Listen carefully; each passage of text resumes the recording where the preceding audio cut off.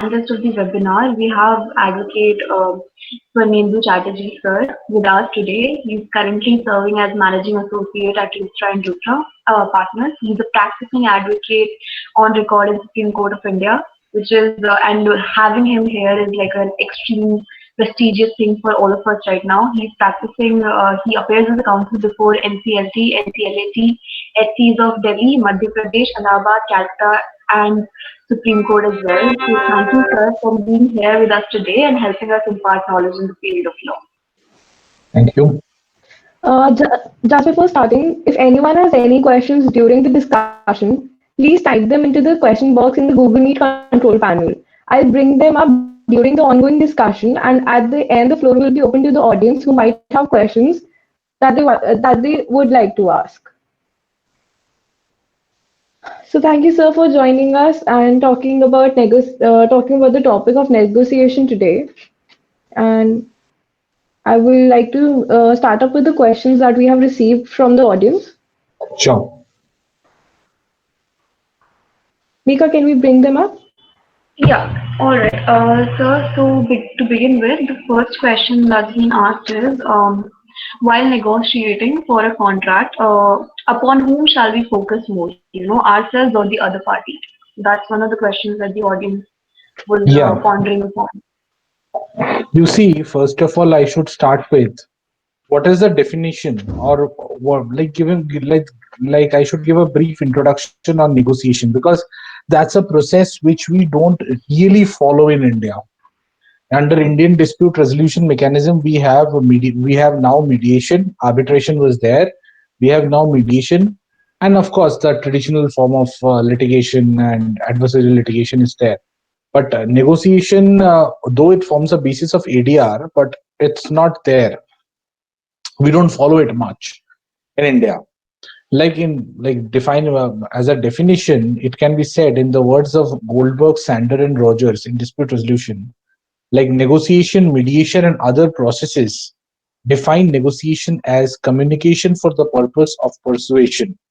And negotiation is a process in which parties to a dispute discuss possible outcomes directly with each other. Parties exchange proposals and demands, make arguments, and continue the discussion until a solution is reached or an impasse is declared. So now coming back to your question, like while negotiating,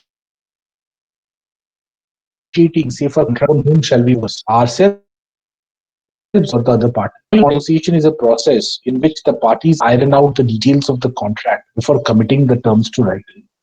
Parties attempt to negotiate terms that are favorable to themselves. But we should always remember that we should not make a contract. Suppose I am getting into contract with Chetna, so I cannot be having terms which are totally in favor of me, or Chetna cannot be having terms which is totally in favor of Chetna. So like it has to balance out. Now that is precisely why negotiation takes place. Now while negotiating, each party assesses the risk and benefit of including a particular term. There are two most common contract negotiation styles. One is adversarial, like I'll dominate you, or collaborative, together we'll prosper. Now, the most advantageous thing is collaborative, like together we'll prosper. The various negotiating styles are, of course, enjoyed by real people who bring out their temperaments, emotions, and personalities to the people along with a list of terms. One negotiator might raise a voice and threaten to storm out of the room, while the other might make points in cool and dispassionate tone.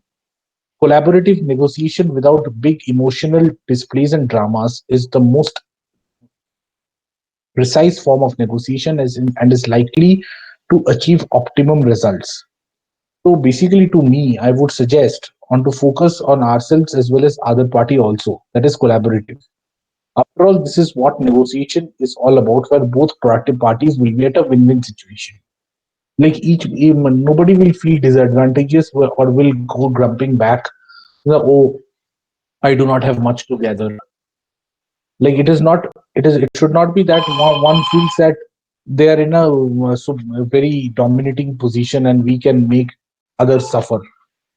So let the other fellow make some, like it should be in in as many words, like as Jean-Paul Getty's father once told him, you must never try to make all the money that's in a deal. Let the other fellow make some money too. Because if you have a reputation for always making all the money, you won't have any deals. Like you will see many contracts which are being to which are negotiated all over, like we in firms do, and like business houses do. There are deals. Now in deals, if one party tries to dominate the other, then it will become adversarial. That is litigation, no? So then you go and fight it in the court. You do not need to negotiate or mediate. When you do a collaborative, like each has to leave out an inch and leave out the ego. So here it is like together will prosper. If one achieves, if one like it is advisable always to follow the collaborative route. So like we should focus, like the precisely the answer should be to this question. Like we should always have a focus on ourselves. I'm not saying that you leave it or leave out your own interests, but you do you till the time you are not legally till the time you are legally sound and you are legally backed, don't try to dominate. If law is on your side, then work out the business portion and see how maximum benefit you can get out of it, even though you are keeping the other person happy. See, business is all about keeping the other person happy. You cannot just say that, see, I will not do things because the other person is not happy. So this is all about it. Now, next question, please. Moving forward, the question that we were asked by the audience was that suppose our opposition consists of a number of people. Shall we go about negotiating with everyone, or should we choose only certain type of people from amongst them to negotiate with? Yeah. Now let's take this question. Suppose our opposition consists of a number of people, and shall we go about negotiating with everyone, or should we choose only those type of people amongst them to negotiate with? Suppose, let's say, you should always talk to one person. Like too many cooks spoil the broth. So if they suppose you deal with a trade union and like you talk it out, even in litigation, when you talk to too many people, like one, suppose a group of 40 people, 40 people will have 40 ideas, but you ask them, like, you choose one leader or you choose one representative, that person will listen to you and that person will brief me. So it is all in business also. While doing negotiation also, you choose a leader, you choose your representative, both party chooses their representatives, and it is always advisable to talk to that representative than to talk to 40 people, because then the process is bound to fail. This is the short and precise answer which I can give.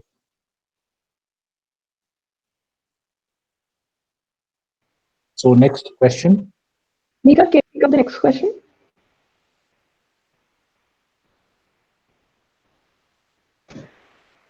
Okay, sir. Moving forward, the next question that we were asked was that do judges negotiate in the courtroom too? Yes, at times they try and do in family matters. You see in family matters, or you see in 138 matters, or you see in adversarial litigation too. Sometimes, like they try and sort out they try and negotiate a deal, and they try and sort out the matter themselves. And if it is totally failing, like in, like say, departmental inquiries, also a person where the judges feel like, okay, it's disproportionate. It has happened with me also. Like when there was one case where the Supreme Court had felt that the High Court was too harsh and the disciplinary authority was too harsh on my client. They said to the authorities council that, look, if you can just take, I think this is too, punishment is too harsh. Like for killing a mosquito, you don't need a barrel gun. Basically, you'd see if you can take it off, and so that he can come back and join. And like even if he doesn't join, he should have an honorable exit, like that. Like so basically even child custody cases, so basically it does happen in those, it does happen in those kind of cases where judges try to negotiate. But mostly judges won't negotiate because judges don't take sides. No, they are like they are apolitical. They don't take either side, petitioner or respondent, appellant or respondent, anybody, plaintiff or respondent, whatever it is. They don't take sides. So when it comes to the courtroom and when it comes to the judges will tell you once or twice. And if you're intelligent enough, you will see what is falling from the judges, and you will see that what is not falling from the judges, and you act accordingly. Rather than, like I would say, rather than losing a case and getting an adverse finding against you, if you feel that the judges are tilting towards the other side and judges want that one should settle outside court so that doesn't have adverse findings against each other, so that is where I think people should be smart enough to catch hold of it. And it is not always that judges will try to negotiate. It is very rare, but it does happen. For example, in the cases I'm telling you about, like child custody, marriage, and all those things, but not in cases of abuse. Not in cases of abuse, because Justice, if I can give you Justice Kurian Joseph's example, he tried to negotiate. He tried to be like a strong negotiator for child custody, even in like matrimonial cases, because there the epitome interest is of the child, in the well-being of the child. So he tried to negotiate the terms, and it's not bad to. And he has given so many orders under Article 142 that it comes to that. Now high courts also do. So it's basically a like a method with which you can get the maximum out of somebody, or you can end the process on a good note. That is what it is all about. And judges will only do it when they, in some matters, not in every matter, at the cost of reputation. Yeah, next question. All right, sir. Thank you so much for that, for imparting us with that knowledge. The next question that the audience has asked is, while we're negotiating with a prospective client, should we focus more upon, making him file a case on here so that we benefit, or to provide him with an ADR solution, for his own benefit? So what should be our alternative? See, when this I'll from political point of view. Like what do lawyers' ethics say? Like this is what you can see as like I don't know how many of you have read Caroline's trial, Lord Brom's Caroline's trial. Answer is there. Basically, you don't walk into the client's shoes, right? When a client comes to you, I don't like on the lighter side, I don't see a lawyer at this point of time saying no to a client if it's absolutely hopeless. It's not possible to say no, because see, when a client comes to a lawyer, the client will say that, "So, look, A, B, C, D things have happened, and you need to file a case." So no matter whatever how you defend your client is on you, but you should look with a legal eagle's eye, with an eagle's eye rather, with precision, and filter out the immaterial things from the material things. And it's your job to tell the client, "Hey, look, if this, according to me, your case stands at this footing, and these are the options before you, A, B, and C. Whether you want to file a writ, whether you want to arbitrate, whether you want to mediate, whether you want to do B, whether you want to do C." So, like I will tell the client, "Okay, these are the options before you. These are the benefits. These are the pros and cons of each option. This is going to take so much of time. This is good because nobody can guarantee how much time will take in what way. It's very, very difficult to say. It's very difficult to say. Nobody can say. Now, like with today's the way, like how people should deal with it is, like after they say all these things to their client, now leave it to the client which option he chooses. Once he says that, "No, I'll go for this only, no matter how much money and time it costs," you are nobody to say no to that. That is what is called partisanship lawyering and zealous advocacy. That is how you negotiate. Now, when it comes to money, all the clients are poor when it comes to money. So no matter it's a money or Tata or somebody else, all the clients become poor and they are in financial constraint when it comes to the lawyer. So better not speak about it.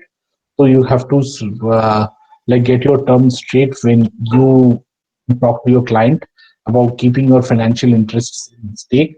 Of course, nobody is going to do anything for free, even except it's a legal aid or a pro bono client, which you want to do for free. Except that, I think, like on an ethical note, this is the most ethical thing one should do. And even from time immemorial, like from even English courts behave like this, English lawyers also behave like this. This is what we have learned in ethics. In AOR examination, you have a special paper. You have a paper called Law Advocacy and Professional Ethics. So in that paper, you deal with this kind of things. So there, like we had to study all these things, and this is how you deal with the clients basically. And over the years, what I have learned is if you speak the truth with the client and give him a brief outline of each, like pros and cons of each method, then it will benefit you in the long run. You cannot point a finger at you and say, "Madam or sir, like you had told me this, you had told me that."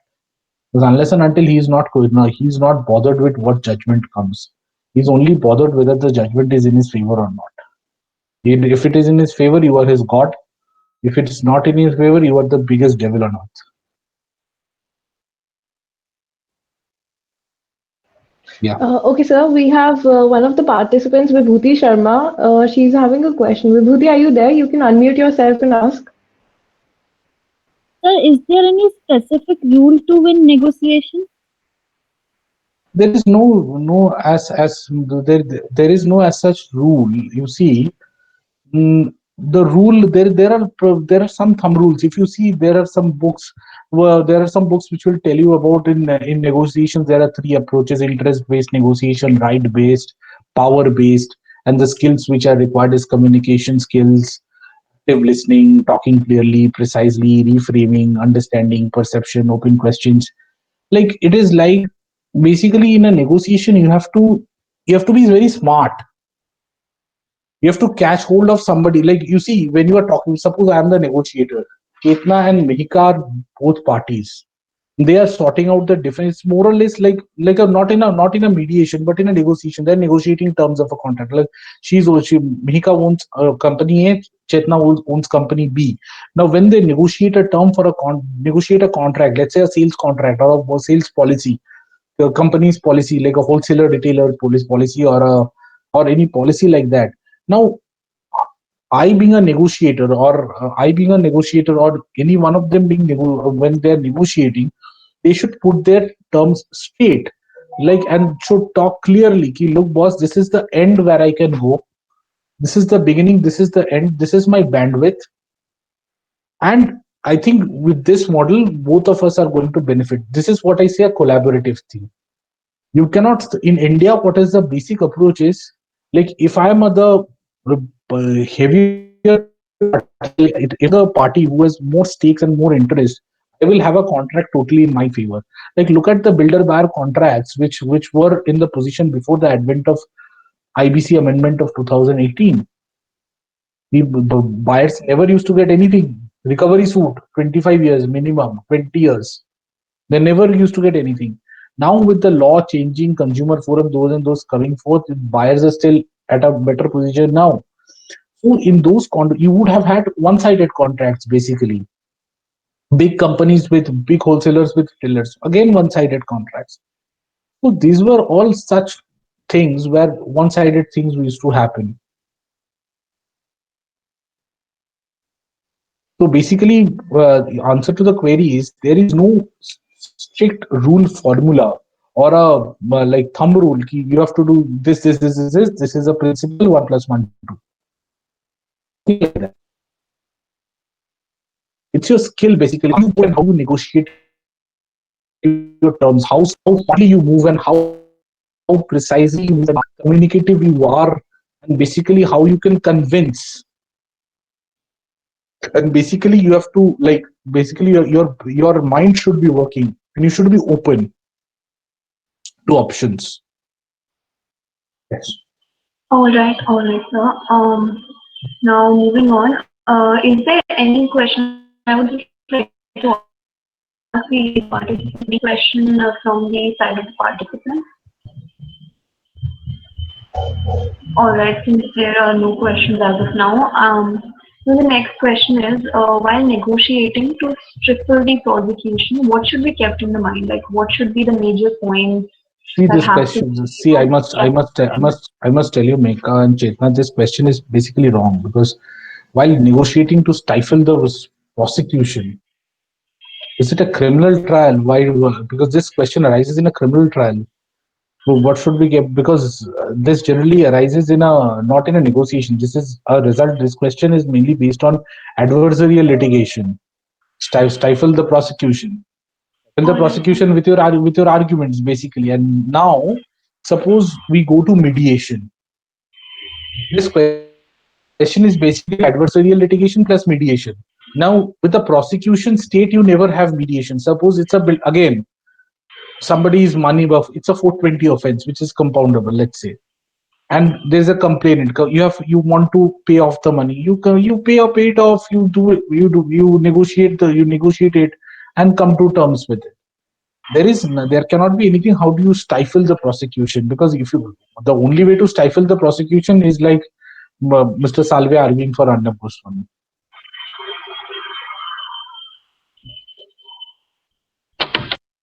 All right, all right. I mean, thank you so much for clearing the doubts. We did not really know about it. So, I mean, it was an honest mistake from our side. Um, Carrying on with the webinar, so the next question is, does self-confidence plays a vital role in negotiation? I mean, of course it does, but how can we, improve that aspect of our personality? See, I'll open with a caveat while answering this question. It's that too much of self confidence will kill you. You should go with an open mind. You should know where you should always study the case pinpoint, like what the other party might say. If you were like a devil's advocate, I was telling somebody today, like if I was X's lawyer in a trial, basically we're talking about a trial.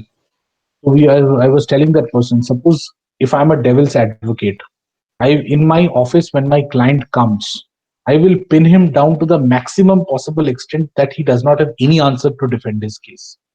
That is when strong points come out. So basically, when you go for a negotiation meeting, you should always know where the other party might come strong at. You have to think adversarial also sometimes. That is when a win-win situation will come out, because you will see that okay, my win-win situation is this, my elasticity is this. The other person's elasticity, what other person will try to safeguard is his interest. Nobody is a fool that he will say no, no, I leave everything. Confidence is okay. Overconfidence is bad. Number two, one should go with an open mind, not with a closed mind that I won't agree to anything. That person is an idiot. I'm working with him. It's good fortune. No, sorry, you cannot do that. Business, basically. Third, you should always be respectful to the other person's and you should have other person's words. Your demeanor should speak for yourself, and your personality, your way of speaking. Again, those communication skills and your skills basically comes to the fore, and basically how you deal with the things. You should be a master negotiator. You can be a master negotiator if you can talk sweetly and get things out of people and make people agree to things which normally people won't agree. That is what comes when you say that, like, you leave this, you leave that. If you and both of you, if you do this, what harm will it have? Leave aside your ego. That's when a third party negotiation will actually help. And a person should always go for negotiation not with self confidence, but with confidence that okay, I am in a position to negotiate. I have a mindset to negotiate. I cannot go with a mindset where I can say, "Dha dha dha, I'll kill that other person." It cannot be forced. It has to come from inside. That's my basic point.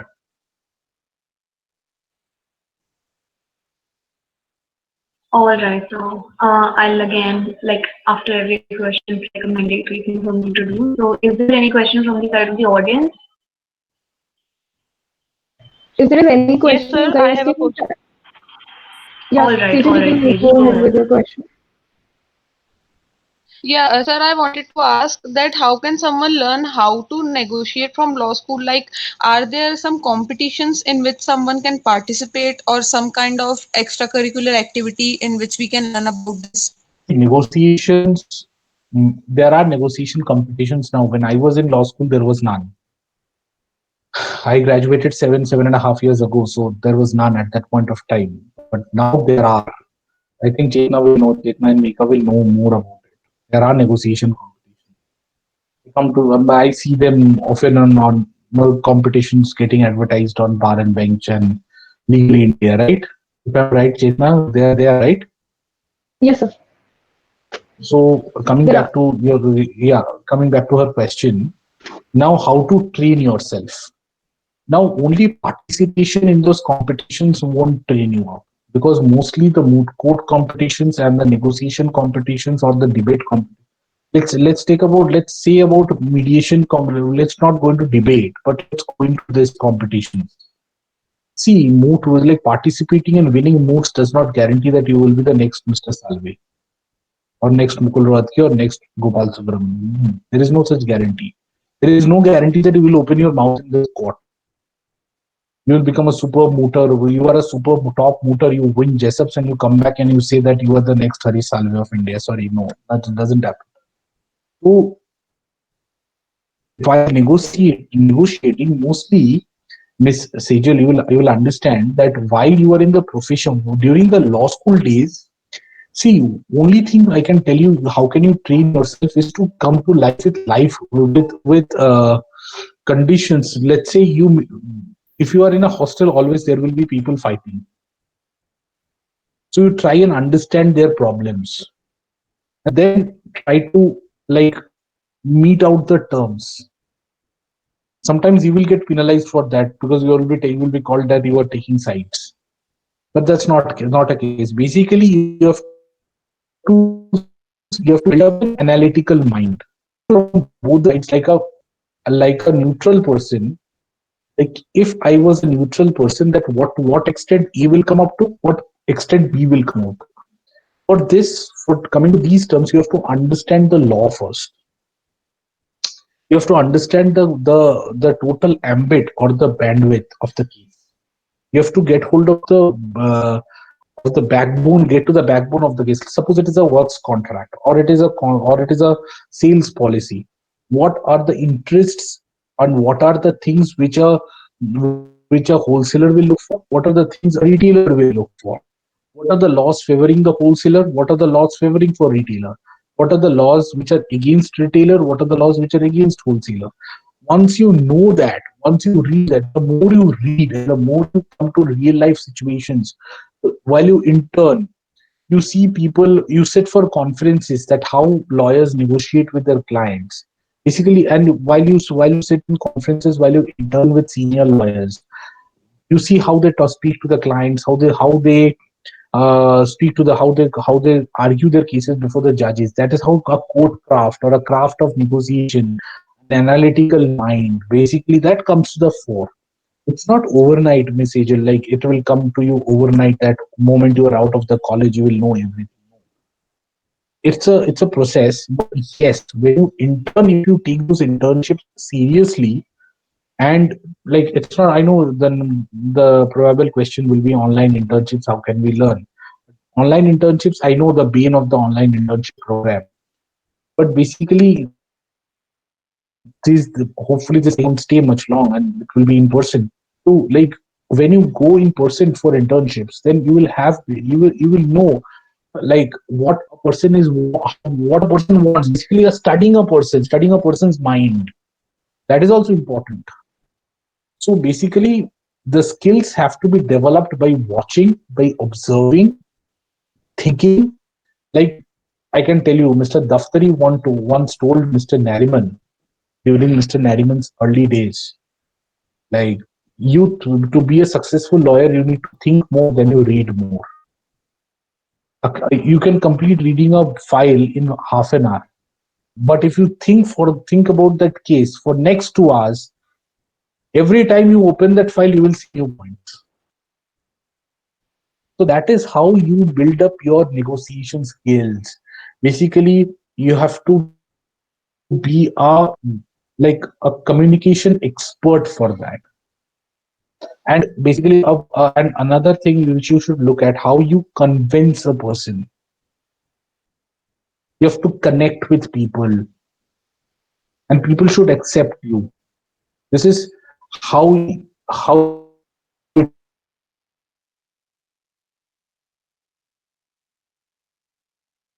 should be. The answer, Sejal? Moving forward, sir, we have a question that negotiation is an art which comes with an immense amount of practice and experience. As a first generation lawyer, one can face issues in this state. How does a person cope up and train himself for this process? See, this question I have faced in not only with negotiation thing, but also with the adversarial litigation process, like litigation profession for a first generation lawyer. Like, even if you are if you tell me, Chetna and Meka, you and all of you present here, even if you are not a first generation lawyer, let's say you are 100th generation, you are the 100th generation. Is there a guarantee that after first lot of clients come to you and you are not successful for them, that after 10 clients come to you and you are absolutely useless as a person and absolutely useless as a lawyer, will the 11th client come to you? No, right? Then no matter you are first generation, 100th generation, 200th generation, doesn't matter. We have seen so many first generation lawyers succeeding. Yes, one might say they get avenues. They get avenues that the first 10 clients will like. If even if a person is not so bright, he will get a chance to show his brightness. That might be a valid point. That is always there. But how to overcome that? Now I'll tell you a small story. You see, these are stories which come which spread across the bar and comes down from since ages. You see, you see, there were two people in the Bombay bar during pre-independence era who were like had spent considerable portion of their legal profession at the bar, but nothing was happening. They had read and they had reread and they had spent much time, but nothing was happening. No clients were coming, no money at all. So one evening, both of them were talking like of taking up menial jobs. Like one was talking about taking one gentleman was talking about taking up his second best option of taking up a part-time job with GLC Mumbai. And another person was talking about an apprenticeship job as an accountant in some chartered accountant firm. One became the first Chief Justice of India. One became the first Attorney General of India. Now you know whom I'm talking about. One was Justice Kania and one was Mr. Setalwar. The story you will find life, law, and other things.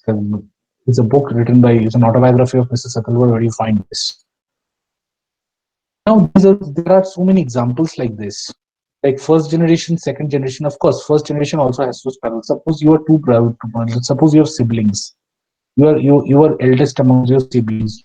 The first sibling always has to strive hard to convince the parents. It is always easier for the second and the third. So it's like that.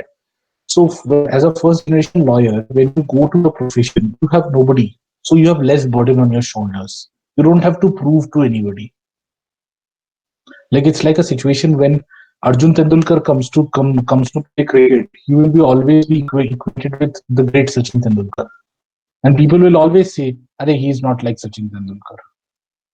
But nobody realizes that if Arjun Tendulkar comes to play cricket, it is Arjun Tendulkar which is playing, not Sachin Tendulkar. Very true, very true.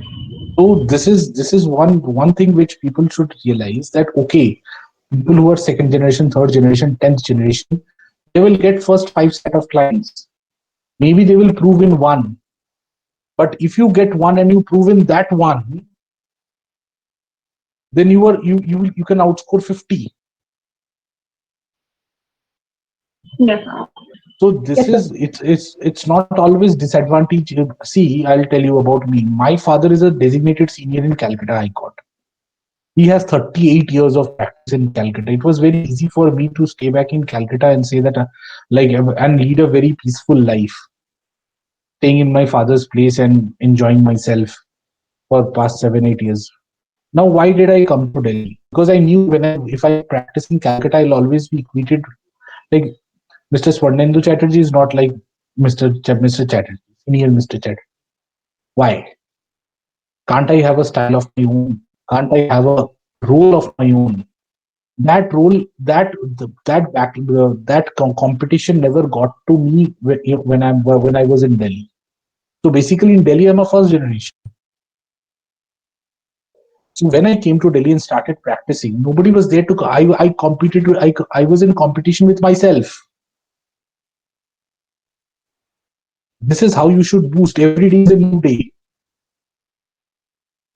Of course, you need see. Now comes when you are in litigation, you don't need godfathers. Seriously speaking, it's all a phenomenon in the mind here that we need godfather. It takes a lot of time. It's all story. It's all bullshit. Nothing like that. It's basically all in the mind. Nothing else. What you need basically is patience. If you start equating that, okay, my friend is with X firm, he is earning so much or she is earning so much, I am earning this much. Why to compete? He's doing something, he or she is doing something else, nothing else.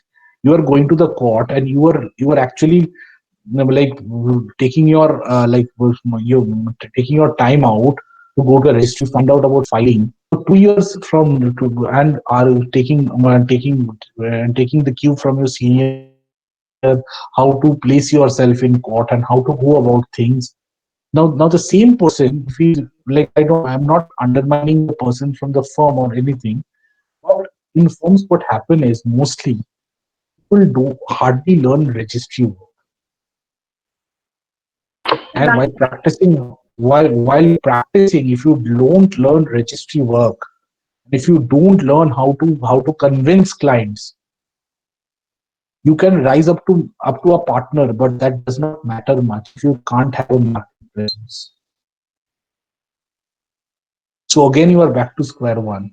You will get a fat salary check at the end of the day. You will sport a Armani suit, go for foreign vacations, but you're absolutely a big time zero. But the person who yeah. started with you in court, you might be earning half as you are, but he's very happy and he has more number of clients. And 10 years from then, he can actually overtake the other person. That makes a lot of sense. So on continuation to that, already you have emphasized enough on the skill sets that are mandatory to be a successful negotiator. But there's another question that's been asked in the chat box. Like, since you already answered it, can you just pinpoint the only major points that have to be the basis of being a successful negotiator and how the law students can prepare for it further? 2 points, Mika. Presence of mind and good communication skills. If you speak English in wrong grammar, you're out. Very Or true, if very or suppose another thing, it's not only about English. Suppose you should you should know the regional mindset also. In India, that plays a major role. So, but many times, I mean, it's not in prudent sense. It's not viable for us to know the regional mindset to wherever place we go, right? So, how to go about it? Yeah, like suppose you are in Delhi and you are dealing with two people, one from state X down south, one from up north. How do you mediate? How do you negotiate term? So you have to basically study the person's mindset. That's why presence of mind. It's not possible. You're right, absolutely. You don't know the other person every time. It's not necessary that you know the other person's language. but you can study the person, like in 5 minutes you can say what all he can. But another thing, studying the person as well as presence of mind, and coming back from the point where I left answering Miss Sejal, it's this, like, if you know the legal perspective, suppose it's a builder buyer contract, what are the pros and cons from the side of the builder? What are the pros and cons? Now, this is like studying the law and go and having an idea about the repercussions on either side, flip side and flop side, so you can give a basic idea. Now, obviously, people will cherry pick the best, and when both of them cherry pick the best, and out of that best, whatever suits them mutually will be the best for you. Definitely. Basically, as a negotiator, you have to give them, both of them, lollipops. How do you give the lollipop? If you don't know where the lollipop is, how will you give the lollipop? So we just need to set up a bait. That's what it is. Yeah, basically, it's like a paving a way that, like, look, boss, this is what it happens. This is what will happen if you go on this route. But if you do it here, you end this here, you get it here. So once you get it here, once you end it here, and you get this at this stage, you save on the moment you say you save 20 years of litigation, and you save 20 years of litigation come money. Whatever you spend in 20 years can actually come back to you. It's like an FD. It will click. Great insight, sir. Great insight. I'll hand over my set of questionnaire to Chetna now. We have Muktar Ahmed. Muktar, if you're there, you can unmute yourself and ask your question.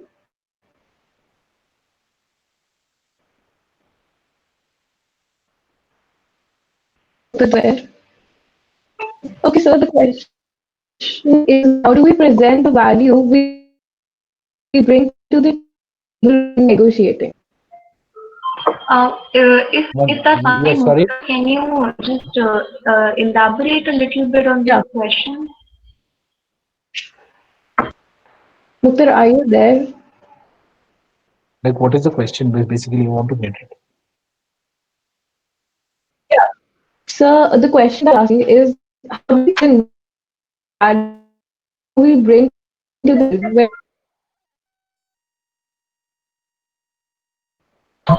Can you give an example to ask? We say,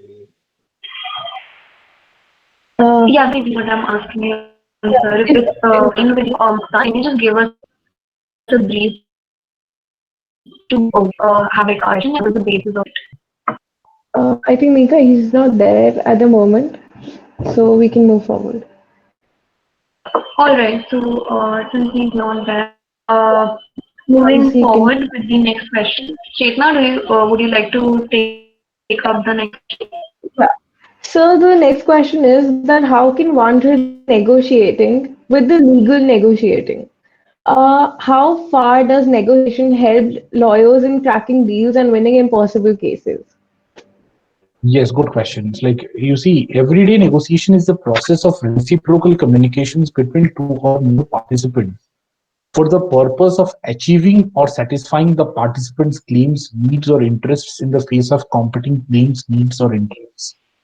Now, negotiation involves a complex set of human behaviors requiring an understanding of communication, sales skills, persuasion, marketing, decision making, and behavioral theory, psychology, sociology, economic modeling, assertiveness, lots of things.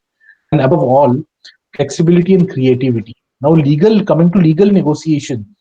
Legal negotiations in especially in mediation is a specialized area whereby effort is required, and it also requires both natural initiative and skill, as well as the legal knowledge and training in substantive and procedural law, so that you come out successful while dealing with while sitting on a negotiation table. It's equally important to have those skills, because otherwise, well, you won't succeed there. It's equal to a lawyer's skill which you implement in a trial, so that the trial will go on for, let's say, give you one live example. Once I was doing a case where once we were in a case where the mother was fighting with the daughter for the past 15 years for their dad's rights in their dad's company. Right? We were for the daughter and somebody else was for the mother. You know what happened? We won the case, everything. But when the client came to us, we said, don't worry, you just go and touch your mother's feet. Everything will be fine. Actually, that happened. The moment the daughter went back to her mother and touched her mother's feet and said, I'm like one word, I'm so sorry for all the trouble you had to go through at the age of 70. Everything stopped. No, sir. Sorry?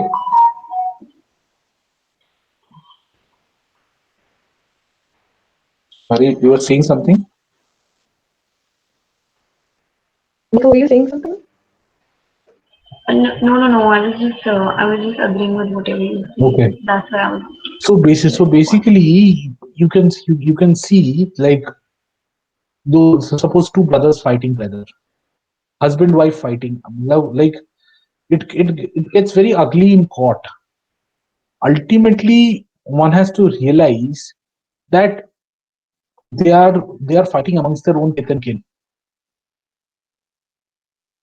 One has to show some amount of okay, I'm ready to accept this much. After all, if a younger brother is fighting with the elder brother, and being elder, if I say it takes it takes not much to say, okay, I accept your apologies. Ultimately, fighting within your kith and kin doesn't give you much benefits. And to me, let's say when two spouses are fighting, see, to me, I don't know how many people will agree with me, but according to me, if one is not happy, then it's basically easy, the easy way out and the most mature way out is to just have a mutual thing. Why to go for much again? Talk it out, settle your dispute because you know each other, or go to a counselor, go to a negotiator, get the basic deal out. But what people mistake is they turn marriage into a business deal. Most of the mediations, if you attend, they will turn into a business deal. What I am getting, what is the compensation I am getting, and basically some external factors also play in. People will say X and Y had a divorce. She got 1.5 crores as compensation. Your husband earns twice the amount that other person husband earns. So why won't he pay you more? It's a person's wish. No, how can you cannot force like that. So basically, Very true. this is the only this is the only thing which comes to comes to real life solutions where you can like it's very unnatural where a brother is fighting his own brother, or a son is fighting his father, a brother fighting his sister, spouses fighting. It's not healthy. So as a lawyer, then to like a property dispute which is not ending for 20 years, you see no what all will people get after 20 years. Those 20 years of pain and agony won't go back with the party which wins can say, okay, after 20 years I've got this much. But the party which loses after 20 years will say, my money has gone down in the drain. It's a futile thing. But if the lawyers sit and people negotiate and talk it out and can get whatever the best possible deal, collaborative deal, then everybody's in after 20 years, both sides are happy, they are on talking terms. So basically, lawyers have a major role to play because lawyers are officers of the court. They're not a hired gun. They are officers of the court, and they should take up the mantle seriously rather than earning money. See, here you are ending there will be much opportunity to earn money, but here you are actually initiating talks for settlement of disputes, which which actually can get solved. So we had a so he has just typed in the chat box elaborating his question that how do we present our side in such persuasive manner to get accepted terms when negotiating? And he just to ask what the meaning of the word more persuasive here means and methods while negotiation. Again, Chetna, there is no thumb rule for this, but you see, coming back to Mr. Mukhtar's question, it depends on how assertive you are. Persuasion does not mean fighting. It's in a more like how convincing you are, how how much elasticity you can show when suppose you and Mihika are fighting, like it's a hypothetical situation, not real life situation. I don't know, but suppose both of you start fighting. So if one shows elasticity that I can go back and I can leave that much of an inch. So other person also say if that person can live that inch, I can also live this much. It's just about making the first move, leaving aside your ego. Otherwise, everything will come and boil down to Leo Tolstoy words. How much land does a man require? I think everybody knows that story. God told that person how from morning till evening how much you can run. You run, and that much of land is yours. He started running. By the time when evening came, he fell down, and on 4x4 land he passed away. That much land was his. Human wants the insatiable. But how much you can leave, that is more important. So adding on to that question, I have something in my mind. At times, assertiveness is basically assertiveness is a two-way street, right? So I mean, if we are being excessively assertive to a party and that party is not being responsive to our assertiveness, then and we are stuck in a situation even after that. So how are we exactly able to take out things from them as to convince them if they're not at all responsive to whatever the medium that we're using? If the person comes with a hellbent mind, no, I won't do it, then you can take a horse to the river, but you cannot make the horse drink water. Very true. If the person comes with the preconceived mind, no, I this much if I don't get, I won't agree. No matter whatever you do, the person won't agree. Then you have no other option. Okay, like we'll fight it out in court, whatever the court gives. But if that person, if you are also showing leaving an inch and he's also ready, the other person needs to be ready and responsive. If the person is totally ignorant and does not want to leave anything,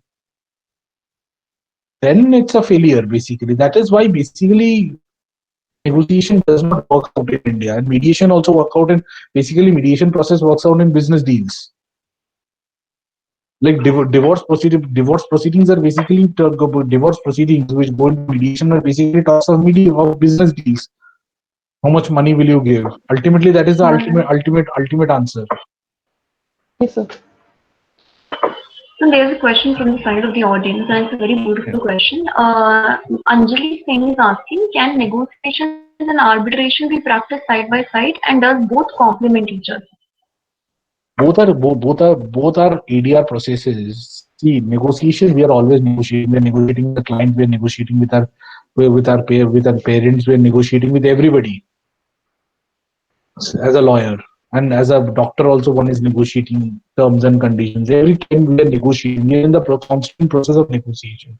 When you go to a shop, don't you negotiate? Bargain is what? Negotiation only.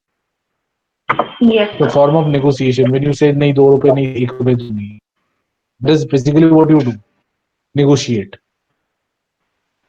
And arbitration is something. Of course, it's a method of arbitration is a method of is another form of dispute resolution. Basically, outside court, you do it in a 5-star hotel or in a club.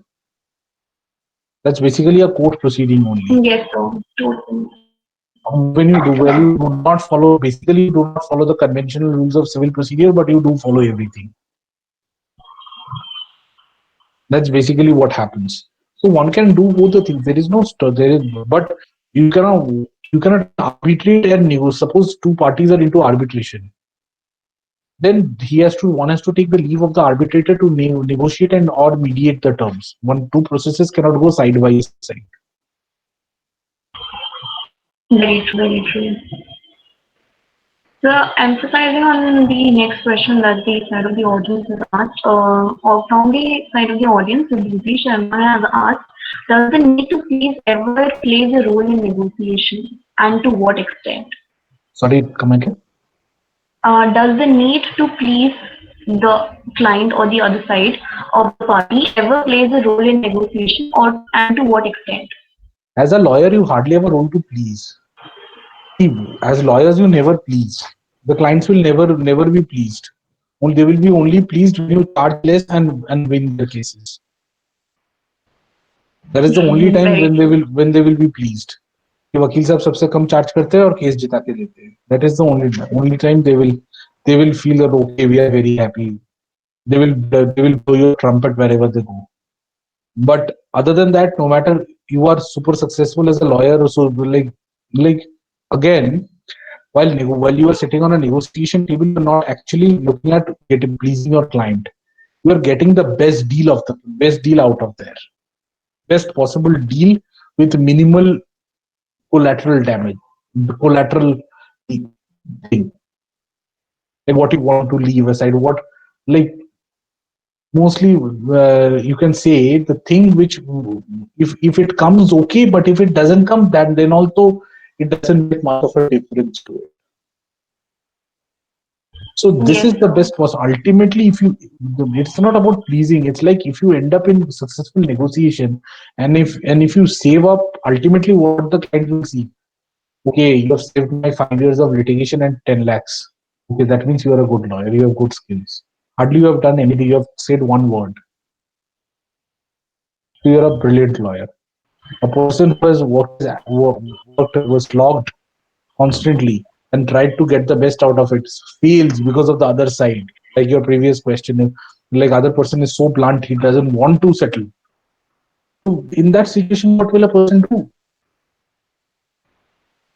Yes. If two parties do not want to settle, they want to fight, then what? As a lawyer, what can I do?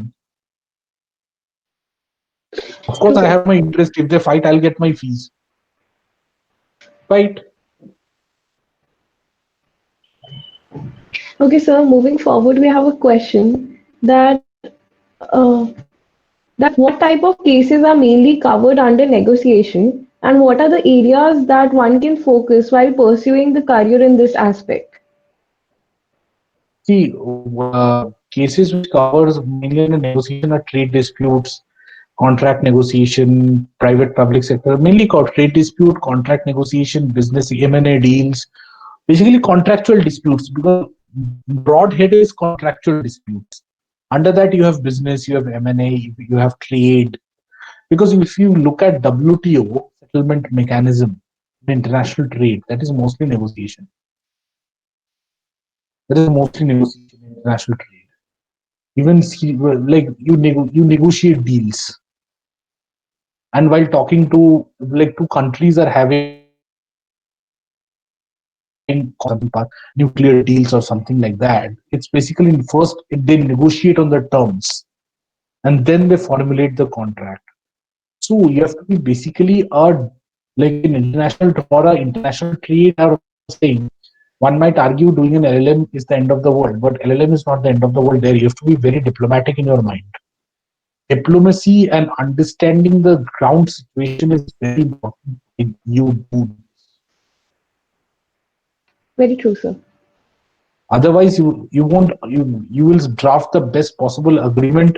You cannot you actually, I'm sorry, you cannot draft the agreement at all if you don't know the diplomacy or the diplomatic situation. Suppose you are drafting a international trade agreement between India and let's say China, or let's say India and Sri Lanka, or India or Australia. If you don't know the diplomatic relations and what one country will expect and what other country will not expect, like the bilateral investment treaties, BITs, and all international trade disputes, what has happened in the past and what can happen in the future, if you don't know the mindset or the international relations, not only about law, but also about, again, the present political scenario, present economic scenario. You have to study those things and making a career out of it. Yes, of course, it can be. But then again, you need real life experiences for that. You need to spend time. How do you get to know all these things?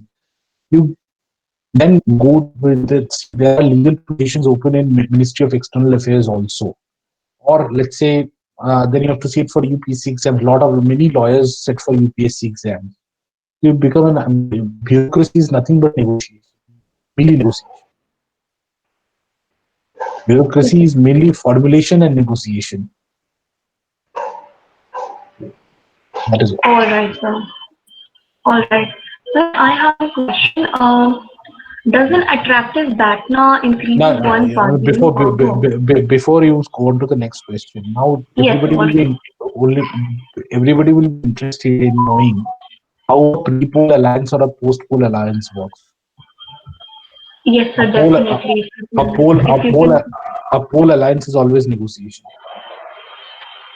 definitely, sir, if you can put some It's insights on it. yeah. See, it's like negotiating. Like what is the role of Prashant Kishore or people like that? They're negotiators basically. Like, see, if both the parties come together, this is the best possible thing which we can do for. This is the best. How will we get votes, and so that the other party, ruling party, is out of power. This is what the negotiation takes place. Like, this is what you call Hindi mein mudda. This is the issue. You have to again, you have to understand the issue. You don't have to be a brilliant lawyer, but have to be a brilliant analyst. Very true. For negotiating a pool alliance, you have to be a brilliant analyst. You have to know the demography, sociology, political science. You have to know the pulse of the people. What do they want? But it's a very nasty thing which I'm saying. But yes, capitalizing on people's wants. Suppose a leader comes to your house and say, "मुझे vote दीजिएगा ऐसे करके." Will you vote for him? Today's day, you won't vote for him. You will like to know what you will like to read his manifesto. Bringing out But a sir, pool. Yeah. isn't it totally fine to capitalize on somebody's needs because our consumers, our clients are Yeah, also in a way capitalizing yeah, the lawyers only, na? you see, this is fine to some extent, but to the extent you fulfill those things, you can capitalize for polls and then you forget, and that becomes treachery. Very true. Yes, there's a fine line. There is a Lakshman Rekha which you should realize that if you cannot play with emotions, right? You Yes, cannot play sir. with belief. It's not only about marriage. It's also about the government you choose. You rely on you choose them so that they will fulfill your demands. Now that is why in international politics or international relations you have such kind of things where they make you study real life situations. Law is not only reading CPC, CRPC, IBC, all these things, cramming and going to the courts and earning fat salary. It's also understanding the situation. That is why in previous times lawyers were the best leaders, because you see, jack of all trades, you need to know. Suppose you are arguing like a criminal trial, murder or something has taken place. If you don't know the medical jurisprudence, how will you study a ballistic report? You're not a doctor, you will study a ballistic. How will you understand or scrutinize a post-mortem report or a viscera report? But sir, will like being a lawyer, not being jack of all trades and just being the master of one particular thing, I think it will do, right? See, sometimes it doesn't also, because you see, you have to know a lot of things. As a lawyer, you have to keep your mind open. On one hand, you have criminal litigation. On the other side, you have a construction arbitration or an investment arbitration. Are you an investment analyst that you will understand hedge funds? Some lawyers are pathetic in maths, Exactly. but they have to do investment arbitration. They have to work out. They have to do income tax cases. So it is basically about understanding the situation, feeling the pulse. That is very important. Yes. All right, sir. So coming back to the question that I was asking you earlier, Yeah. does an attractive BATNA increases one's bargaining power? Sorry, come again. I'm so sorry. Sorry? Acha, okay. I understood. Yeah. The voice came late. Okay. See, what is the full form of BATNA? BATNA is best alternative to a negotiated agreement. Yes. Now, it's obviously the most advantageous course of action a party can take if negotiations fail and an agreement can't be made. A party should never accept a negotiated deal that leaves him or her worse off than his BATNA. The BATNA is a leverage point in negotiations, and without a clear idea of BATNA, a party is negotiating blindly. It's attractive because BATNA increases one's bargaining power. For example, while negotiating for better job conditions in your department, having decided that you would be willing to accept another job offer puts you in much stronger position to bargain. Like suppose you're working for, let's say, X law firm, right? And or you already have an offer from Y law firm. While you go and smack your resignation on your partner's face, right? What do you say before that? You just have an attitude inside you. Ki, Yes, sir. I don't care if you don't give me, because I always have it. Yes, sir. Yes. That is basically what is it. I don't care attitude. Very true, sir. So I will open the floor to the audience before coming to the last question that we have. Is there somebody who have any question? They can unmute themselves and come up with their question.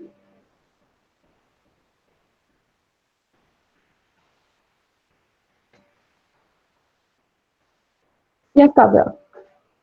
Yes, Kavya, you can come up with your question.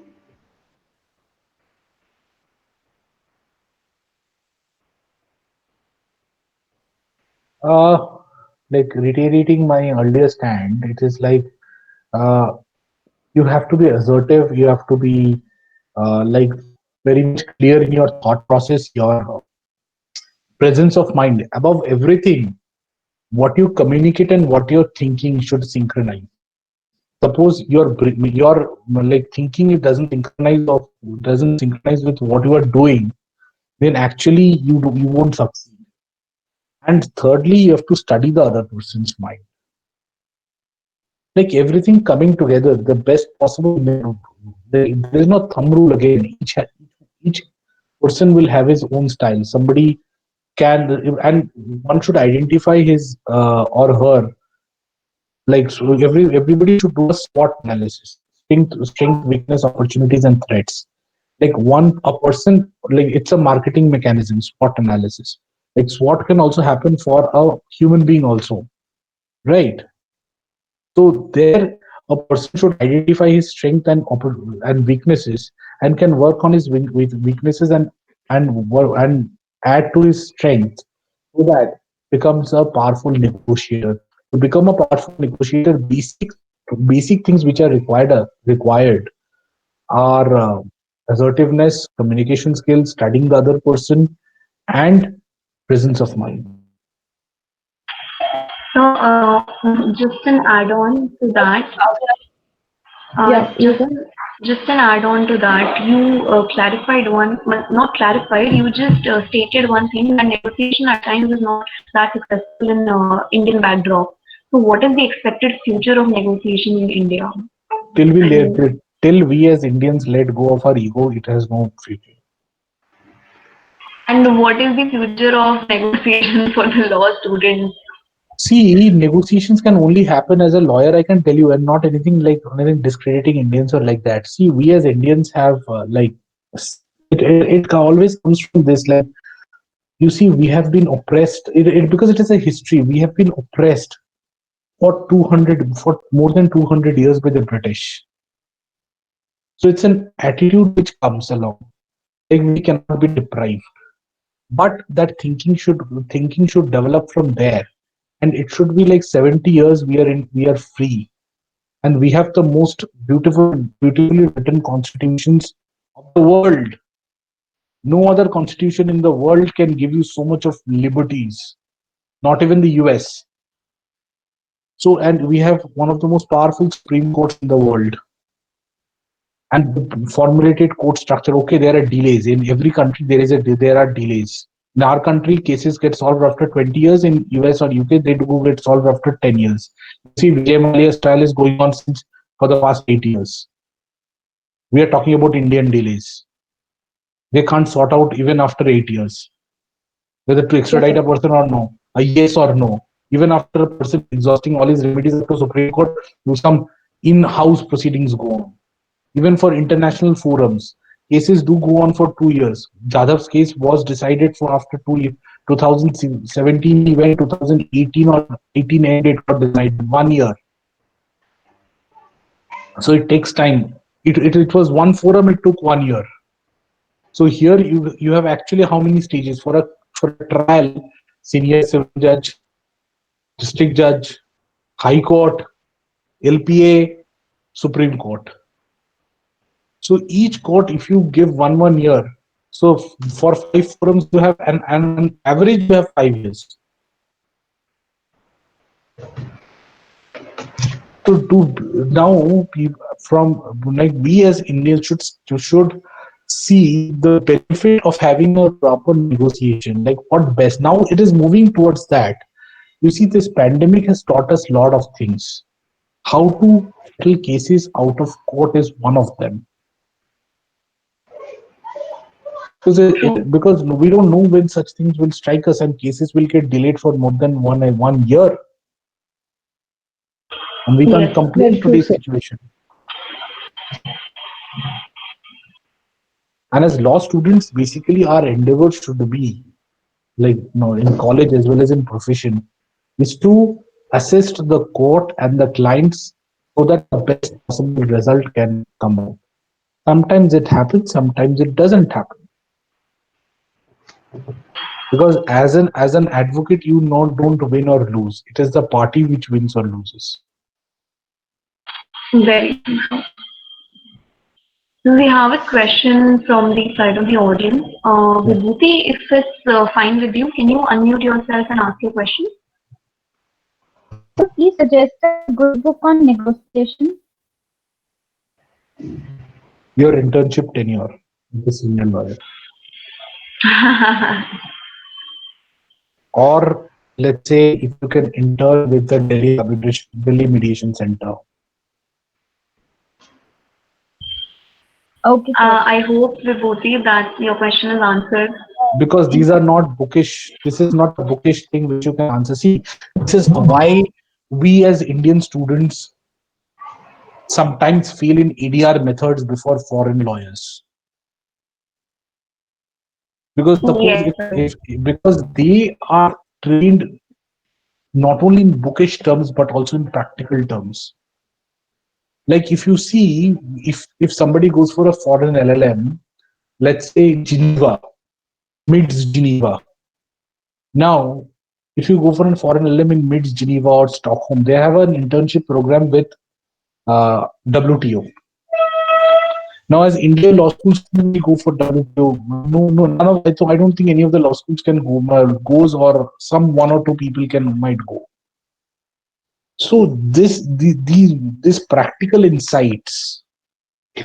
Now we have opened up to client counseling, competitions, negotiations, mediations, and all these things. But 10 years back, it was not the thing. 20 years back, nobody knew about all these things. And people, the more we go into the European thing, or more we go to the American things, we will understand where we as, because if you see Dr. Singhvi's speech to general students, you will understand where we stand today in legal education. Our legal education is only bookish with zero practical insights. Marks, 8 on 8 GPA, 10 on 10 GP, you are a brilliant student. 9 on 10 GP, you are an absolute idiot. Very true, sir. You get evaluated Very on true. on the marks you score. Law school does not depend. Law school should never depend on marks. People in Oxford come first with 65% marks. Can you imagine in India getting 65% and coming first? No. Our parents will kill us. No, this is impossible. Like that is why, you know, while while you go for an LLM degree, or where you go for a JD also, you will see the difference between the systems. You see, a lot of students go for LLMs, but you ask them their graduation score after they complete their LLM. They will hardly tell you. Very few people score above 60 and 65%. Mostly people score between 50 to 60. This is actually it's very difficult over there.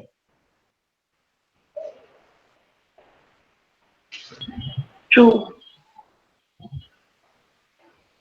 There, you know, these, coming to Miss Vibhuti Sharma's question, now while answering that, it actually opens up a debate on where we stand as law schools or where we stand as law students.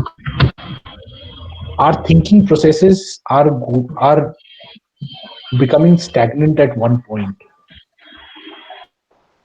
People are running behind internships. In a year, you have to do 15 internships. I see CVs every day having 35 internships. I saw one CV. What will I do with 35 internships? That means in maximum internships you did nothing. In 5 years, 35 internships meaning 7 internships per year. So it's impossible. This is quite impossible. That is where one should, as a student, one should It's always majorly like quality over quantity you always. see as a law student, one should always focus on writing papers. There are so many journals. Get it published. Because while you are writing papers or attending seminars or conferences and getting papers published, you open and diversify your knowledge base. Very true, sir. Suppose today somebody asks you, a person gets an anticipatory bail from High Court or Supreme Court. How will he execute that anticipatory bail order? If any one of you is from fifth year or has done considerable internships, please tell me how to execute an anticipatory bail order, or how do you execute a bail order? Is there someone from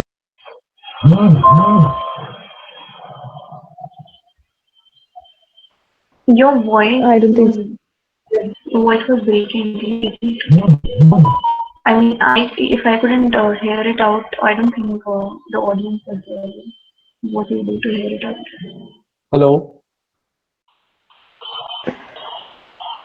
Yeah. Cheta, your voice was breaking. Can you ask your question again? I was like, it was like I put a question forward. Like, if there are any fifth year or fourth year students who have done considerable internships and who have studied criminal law, can please please tell how do you execute a bail bond? Mm, I don't think anybody has that amount of experience right now. It doesn't require any. It's a clerk's job.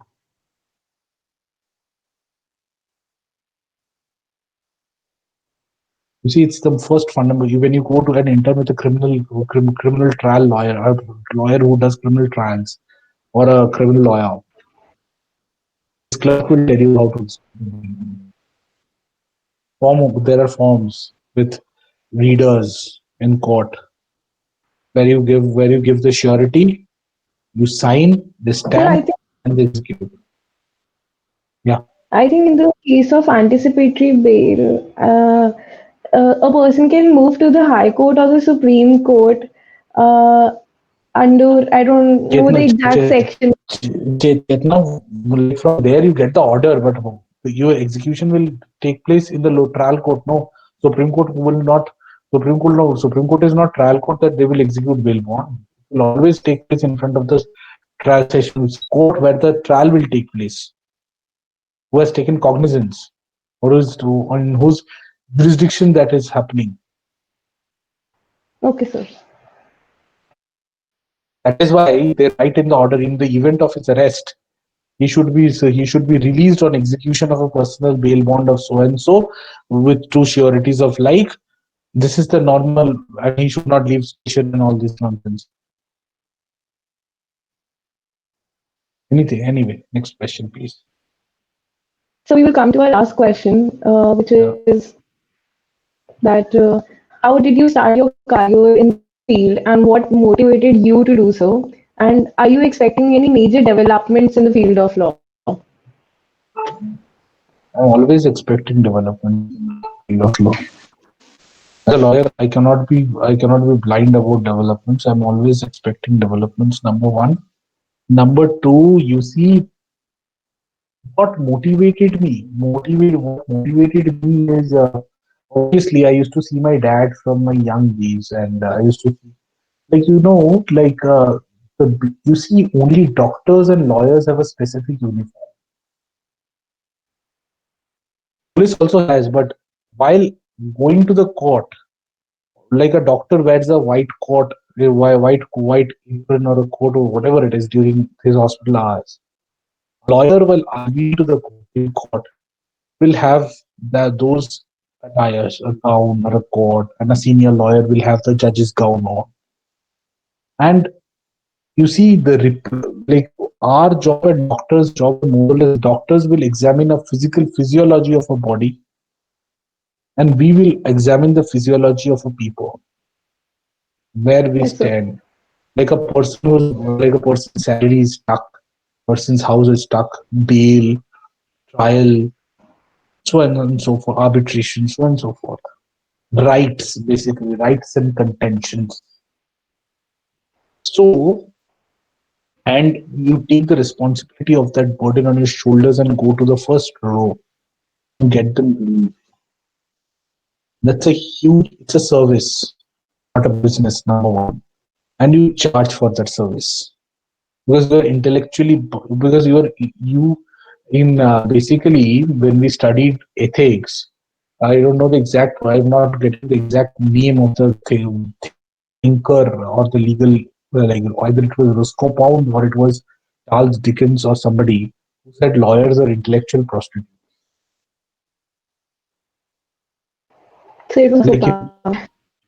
Yeah, it says lawyers are intellectual prostitutes.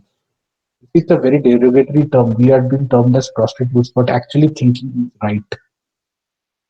We are hired guns and prostitutes only that way. Very true, sir. So with this last question, we will come to the end of this webinar. And thank you, sir, for joining us today and being with us and imparting knowledge in the field of negotiation and law. Thank you. It was a pleasure talking to all of you. Yes, it was our pleasure to have you among us. Thank you so much for imparting the knowledge, sir, and taking out time for this session. Really means a lot. Thank you. Thank you. Thank you so much. Thank you to all the audience for being supportive and very interactive. Thank you, everyone. Thank you. Thank you, everyone. Thank you, sir. Thank you.